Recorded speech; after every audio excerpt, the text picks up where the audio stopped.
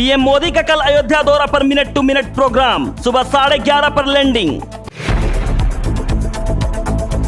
Sushant suicide case में होने वाला है बड़ा ऐलान, सुशांत के वकील करेंगे खुलासा। लद्दाख सीमा पर चीन के 17,000 सैनिक, भारत के भी T-90 टैंक तैनात। वैक्सीन की उम्मीद के बीच WHO ने जारी की चेतावनी, भारत को भी किया आगाह। अयोध्या में आज हो रहा है राम अर्चना का कार्यक्रम, भूमि पूजन से पहले धार्मिक गतिविधियां। स्वागत है आपके अपने न्यूज चैनल दी प्रोफेशनल गाय में। अगर आप इस चैनल में नए हैं तो सब्सक्राइब कीजिए और बेल आइकन को दबाइए दिन भर की 10 बड़ी खबर सबसे पहले देखने के लिए।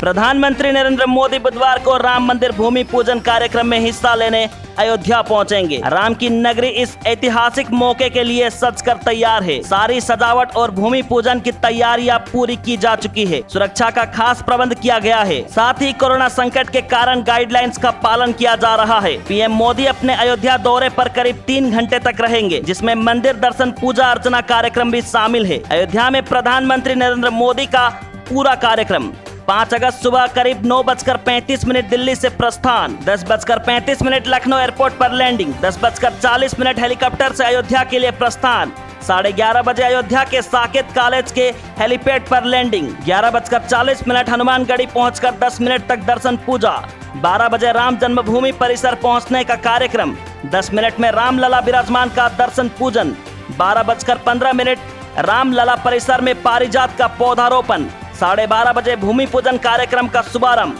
12:40 राम मंदिर की आधारशिला की स्थापना, 2:05 साकेत कॉलेज हेलीकॉप्टर के लिए प्रस्थान, 2:20 लखनऊ के लिए उड़ेगा हेलीकॉप्टर और लखनऊ से दिल्ली के लिए रवाना।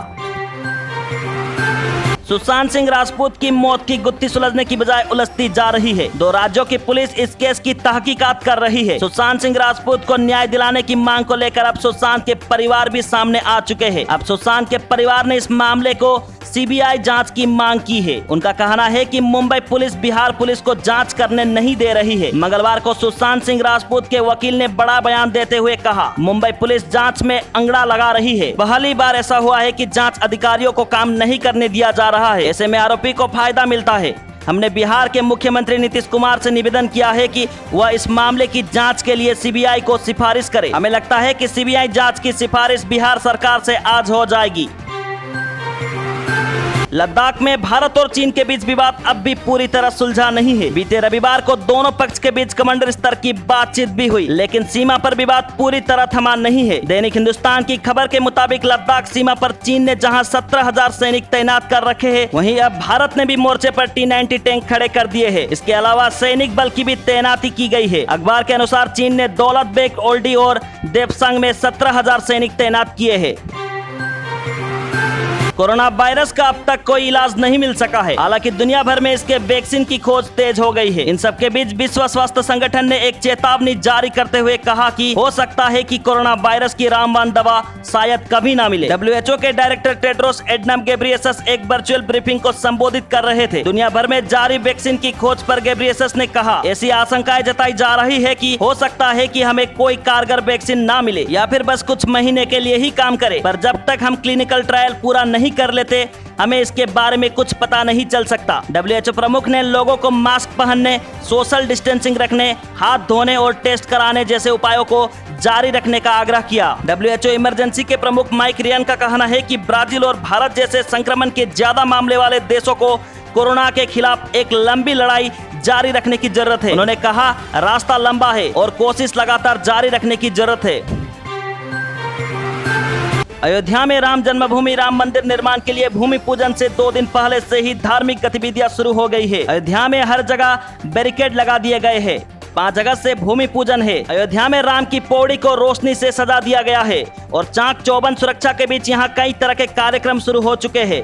इसी कड़ी में आज यहाँ राम अर्चना का कार्यक्रम हो रहा है। उत्तर प्रदेश के मुख्यमंत्री योगी आदित्यनाथ ने अपील की है कि अयोध्या में बुधवार को होने वाले भूमि पूजन समारोह में सिर्फ वही लोग आए जिन्हें आमंत्रित किया गया है। योगी ने राम जन्मभूमि के पास घंटों रहकर समारोह की तैयारी की समीक्षा की। उच्चतम न्यायालय के पिछले साल के फैसले के बाद यहां मंदिर निर्माण का काम शुरू होने वाला है। सोमवार को 12 पुजारियों ने भगवान गणेश की पूजा अर्चना की। उसके बाद भगवान राम और माता सीता के राजवंशों के देवी देवताओं की पूजा की जाएगी।